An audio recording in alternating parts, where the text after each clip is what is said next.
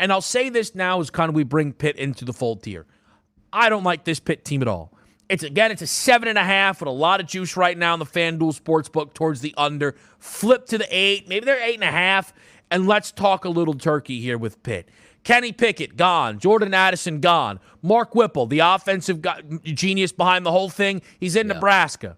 By the way, Nebraska, a lot of people think can go out there and win the Big Ten West. And a lot of that has to do with a Mark Whipple. All right? This Pitt team and Pat Narduzzi is going to go out there and try and win every single game 17-10. But what happens when you try and do that is something goes wrong, somebody misses a field goal, and you leave yourself vulnerable the entire season to upsets.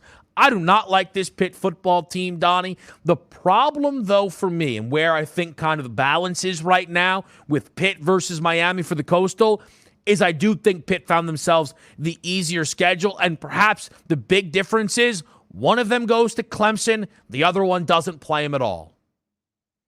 And I'm going to tell you, like, you're looking at Pitt, which is kind of interesting. You see where they're ranked, Kevin, 17th nationally here. You say, well, what gives here? They played 12 games. It's a 7.5 as a team total. Well, it is heavily juiced, but still, that sticks out like a sore thumb. Now, let's just see the Pittsburgh's offseason, as you noted there. Coaching staff's lead. Anytime you're going to have an offensive coordinator leave, along with Kenny Pickett, a first-round draft pick, you're going to take a back seat. But it feels like they did a good job of saying, all right, Slovis is going to be the quarterback now. That's a nice little jumping-off point from getting away for Kenny Pickett. And, oh, yeah, there's a wide receiver out here. Watch this, guys. He had 100 catches last year, close to 1,600 yards. He's going to dominate. And we also have a line, Kevin, that's all returning back. It's only one big thing.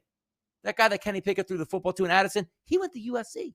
Like, that could be one of the worst hits that a college football team has taken, like midway through your all-season program that I've ever seen. You're talking about maybe the best wide receiver in college football that left your team. Because if you're breaking in a new quarterback, you love to do it with a tight end and an offensive line completely healthy here. Now, Doozy's still a pretty good head coach, but you would have factored on and said, boy, I got a quarterback, got a dominant wide receiver and an offensive line. I'll be fine. 8 to 9 wins should be easy this year. But I did sort of get that, wait a second. They're ranked in the top 20. I look at the schedule. I look at this team. I'm not so sure about that. So I'm with you.